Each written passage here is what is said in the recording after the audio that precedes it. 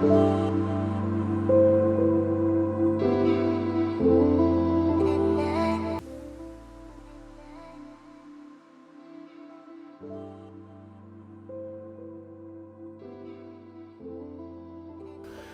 یہ سب ہم نے باتیں کی، اور پھر میں نے سوچا کہ بھئی یہ بات تو بڑی واقعی غلط ہے، ممتاز صاحب یہ مذاق میرا اس طرح اڑا رہے ہیں، ان کا ایک جینوین اٹیمپٹ تھی، ممتاز صاحب کو ایسا نہیں کرنا چاہیے تھا کہ میرے غائبانہ مذاق اڑاتے ہیں۔ مجھے غصہ چڑھنے لگا، کیونکہ نسلاً فاروقی ہوں، اس کے علاوہ میرے مزاج میں بھی کچھ جہل اور غصہ تھا جو نہیں ہونا چاہیے تھا۔ میں اٹھا، میں نے کہا سلیم احمد ان کا بڑا مخالف ہے، وہ بھی ہمارا دوست ہے، میں جاؤں سلیم احمد کے گھر بیٹھ کر خوب میں ممتاز صاحب کے خلاف بولوں۔ چنانچہ یہ غلط ایک فیصلہ میرے اندر رونما ہوا، جو ظاہر کم علمی اور جہل سے ہوتا ہے، آدمی کے نفس پر قابو نہیں ہوتا۔ میں پہنچ گیا اور میں نے کہا بھائی سلیم احمد صاحب سنا آپ نے، اور یہ اور وہ، کہنے بھائی نقاد کیا ہوتا ہے؟ ان کا کیا ہوتا ہے؟ میں نے کہا نقاد یہ ہوتا ہے جو اچھے شعر کو اچھا شعر کہے، خراب شعر کو خراب شعر کہے۔ ہم تو بھائی فنکار ہیں، شاعر ہیں، ہمارا کام یہ نہیں ہے۔ ہم تو اپنا کام یہ دکھا دیں گے کہ ہم نثر میں بھی شعر کہہ کے دکھا دیں۔ ہمارا کام یہ نہیں ہے کہ ہم اچھے شعر کو اچھا شعر کہیں، برے شعر کو برا شعر کہیں، یہ تو نقادوں کا کام ہے۔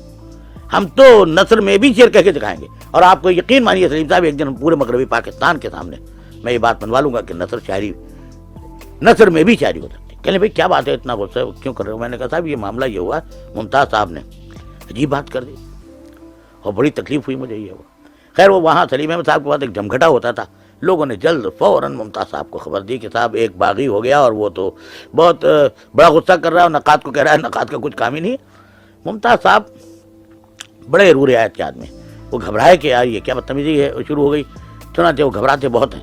وہ دوسرے ہی دن ریڈیو پاکستان کی کمرشل سروس میں ملازم تھا، آ گیا، کہنے بھائی قمر اپنی نظمیں تو دکھاؤ۔ سلیم احمد بھی تھے، میں نے پھر نکال کے دکھائی۔ ارے بھائی کہنے لگے بہت اچھی ہیں ماشاءاللہ، بھائی ٹھیک ہے بالکل فرسٹ کلاس ہیں یہ تو۔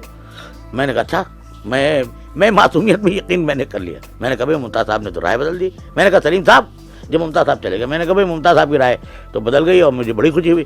کہنے لگے یار تم بہت معصوم ہو۔ انہوں نے بدلی ہوتی نہیں، بس تمہارا منہ تمہارا زبان بندی کی۔ کہنے لگے تم بیوقوف ہو، تم معصوم آدمی ہو، تم نہیں سمجھتے۔ خیر یہ پھر انہوں نے، سلیم احمد نے یہ بات اپنے ایک مضمون میں اختلافات کا پھل اس میں لکھ بھی تھی کہ قمر جمیل معصوم ہے، وہ یہ باتیں سمجھ گیا۔ اچھا صاحب، تو یہ صورت حال ہوئی تھے۔ ان نظموں کو جب میں نے نثر میں لکھا تو ممتاز صاحب نے کہا بھائی یہ کیا احمد ہمیشیت ہے، یہ کیا احمد ہمیشیت ہے۔ احمد ہمیش بھی انڈیا سے آیا ہوا تھا، میرے پاس تھا، میرے ساتھ ہی رہتا تھا۔ تو احمد ہمیش نے دیکھا کہ قمر بھائی کی نظموں کی تو بڑی اہمیت ہو رہی ہے، تو چلو چلتے ہوئے بہتے گنگا میں ہاتھ دھو۔ چنانچہ خود بھی چپکے چپکے اس کا بانی بننے لگا۔ وہ یہ کہ احمد ہمیشیت، انہوں نے یوں کہا کہ احمد ہمیش کو نوجوانی سے میرا جی کی نقلیں کرنے کا شوق تھا، اور یہ کہتے تھے کہ میری والدہ اور نانی ہندو ہیں۔ چنانچہ ہندوانہ طرز کی ہندی میں شعر کہتا تھا۔ ہم لوگ پوچھتے تھے بھائی یہ کیا بہر ہے، اس میں کیا چکر ہے یہ؟ تو کہتے تھے یہ آپ نہیں سمجھ سکتے، پنگل ہے اور یہ ہندی بہرے ہیں اور یہ ہے وہ ہے، اور میں تو بس یہ ہندی لکھتا ہوں۔ چنانچہ اس نے جب دیکھا کہ یہ تو بہروں کے بغیر چل رہی ہے قمر جمیل کی شاعری، تو اس نے کہا میں بھی یہی لکھتا تھا، پہلے نثری نظم لکھتا تھا۔ چنانچہ ہنگامہ یہ ہوا کہ لوگوں کو پتہ چلا کہ صاحب نثر میں بھی نظم ہوتی ہے۔ اتفاق سے ادب لطیف میں میری ایک نظم زورا فونا کے بارے میں شائع ہوئی، وہ نظم بہر میں تھی، جس میں یہ مصرع تھا کہ میرا بچپن ابھی میری پتلون کی جیب میں سو رہا ہے۔ لوگوں نے یہ نہیں دیکھا کہ یہ نظم کی نظم پوری بہر میں ہے، میرا بچپن ابھی میری پتلون کی جیب میں سو رہا ہے، یہ تو بہر میں۔ چنانچہ اس نظم کو یہ نہیں دیکھا کہ بھائی یہ تو بہر میں ہے، وہ سمجھا کہ نثری نظم ہے۔ چنانچہ سلیم احمد کے گھر مجمع پہنچ گیا اور ان کا صاحب یہ کیا بےہودہ نظم ہے، یہ کیا ہے بچپن ان کا پتلون کی جیب میں سو رہا ہے۔ چنانچہ کراچی کے سارے نوجوان ادیبوں نے ہنگامہ کیا اور 2-3 رات ان کے گھر پر ہنگامہ ہوتا رہا۔ پھر وہ ایک دن میرے پاس آئے اور کہنے لگے قمر جمیل میں ہنگامے برداشت نہیں کر سکتا، میں تم کہو تو میں ان لوگوں سے ملاقات کرواتا ہوں جو تمہارے خلاف بولتے رہتے ہیں ادب کے، تم ان کو سمجھاؤ بات کرو۔ میں نے کہا میں بالکل بات کروں گا، ملائیے۔ چنانچہ انہوں نے ان ندیموں سے میری ملاقات کرائی، ان میں ایک شمیم نوید بھی تھے، عبید اللہ علیم تھے اور سارے نوجوان ادیب تھے۔ چنانچہ ہم کافی، میں نے کہا کافی آؤ چلیے وہاں میں بات کرتا ہوں۔ چنانچہ سلیم احمد صاحب بیٹھ گئے اور ہماری ادب کے نقاط نظر کے بارے میں گفتگو شروع ہوئی۔ میں نے کہا بھائی ایک ایک صاحب آ جائیں سامنے۔ میں نے کہا بھائی قافیہ کیوں ضروری ہے ادب میں، ردیف کیوں ضروری ہے، بحر کیوں ضروری ہے؟ اب ظاہر ہے یہ شعراء کرام یہ گفتگو کہاں کر سکتے تھے، اس پر غور و فکر ہی نہیں تھا۔ چنانچہ ہر شاعر کو میں بڑی آسانی سے رد کر دیتا تھا۔ آخر انہوں نے کہا سلیم بھائی آپ بات کریں، ہم سے یہ مسئلہ نہیں حل ہوگا۔ تو سلیم احمد نے بات چیت کی. سلیم احمد نے جب بات چیت کی تو میں نے کوشش یہ کی کہ میں عروض کو بھی اور غیر عروض کی شاعری کو بھی نیوٹرلائز پوزیشن میں کر دوں گا. وہ میں نے بڑی چالاکی سے کر دیا. جب وہ ہو گیا تو سلیم احمد بھی اپنی جگہ زیرو ہو گئے, میں بھی زیرو ہو گیا, اور بحث جیم ہو گئی. تو لوگوں نے کہا سلیم احمد سے کہ باب بولیے آپ. انہوں نے کہا میں کیا بولوں, بہرحال یہ نقطہ نظر ایسا ہے. تو انہوں نے کہا سلیم بھائی یہ تو غلط بات ہے, اور بگڑے وہ لڑکے جو تھے. تو انہوں نے کہا تم لوگ کیا چاہتے ہو, میں تمہاری اس کے لیے جھوٹ بولوں؟ ارے وہ جو کہہ رہا ہے قمر جمیل صحیح کہہ رہا ہے. جہاں تک میں سچ کہہ سکتا تھا میں نے سچ کہا. سچائی اس کے علاوہ اور کچھ نہیں ہے جو میں نے گفتگو کی. اب تمہاری خاطر میں جھوٹ بکوں اور تمہاری خاطر میں غلط باتوں کی تائید کروں, میں یہ نہیں کر سکتا. بس یہاں تک. چنانچہ وہ لڑکے بہت ناراض ہو کے چلے گئے. سلیم احمد میں خوبی یہ تھی کہ وہ جنوین طور پر ادب کے طالب علم تھے, اور جب جنوین طور پر جن نتائج تک پہنچتے تھے اس سے ہٹتے نہیں تھے. اگر تبدیلی ان کے اندر ہو جائے تو ہٹ جاتے تھے. چنانچہ مخالف نصیر نظم کے بہت شدت سے تھے, کیونکہ وہ روایت کے ماننے والے تھے, اور شاعری کے بارے میں ان کا رویہ انتہائی روایتی تھا, بلکہ روایت کا غلط تصورات تھے. جہاں تک میں سمجھ سکا ہوں وہ تصورات کیا غلط ہیں میں ابھی آپ کو بتاؤں گا, اور میں اپنا نقطۂ نظر پیش کروں گا. چنانچہ یہ کہ روایتی نقطۂ نظر سے شاعری غلط تھی, لیکن میں ایک لطیفہ اس میں یہ بتا دوں کہ یہ بحثیں جو میں ابھی آپ کو سمجھانے جا رہا ہوں, اس میں ایک نتیجہ یہ نکلا کہ میرے مخالف میرے ہمنوا بن گئے, اور بعض جو میرے ساتھ تھے وہ سلیم احمد کے ہمنوا بن گئے. یعنی جب بحث آگے بڑھی تو کچھ لوگ جو نوجوان شاعر میرے ساتھ تھے انہوں نے مجھے نصیر نظم کو چھوڑ کر غزلیں لکھنا شروع کر دی, اور کچھ ان کے ساتھ جو تھے غزلیں جو لکھ رہے تھے وہ ٹوٹ کر ادھر آ کر نصیر نظم میں لکھنے لگے. یہ عجیب و غریب تقسیم ہوئی نوجوانوں میں. تو سوال یہ ہے کہ سلیم احمد صاحب ایک دن کینٹین آئے ریڈیو پاکستان, جو میری گفتگو نصیر نظم پہ ہو رہی تھی. سب نوجوان تھے, چلائے بڑے زور سے, بھائی میں تم لوگوں کے سامنے اعلان کرتا ہوں کہ میں ہار گیا. قمر جو کچھ کہہ رہا تھا وہ صحیح تھا. وہ یہ کہ شاعری جو ہے وہ بحر کے علاوہ نثر میں بھی ہو سکتی ہے. مجھے اس کی تائید, اس کی طرف اشارہ فوز الکبیر سے ملا. اب یہ فوز الکبیر کا نام ایک نام میرے لیے بالکل نیا تھا, کیونکہ میری انگریزی تعلیم ہوئی تھی, میں عربی کی طالب میری تعلیم نہیں تھی. میں بڑا حیرت زدہ دیکھنے لگا کہ بھئی آج مولوی صاحب یہ کیا کہہ رہے ہیں فوز الکبیر.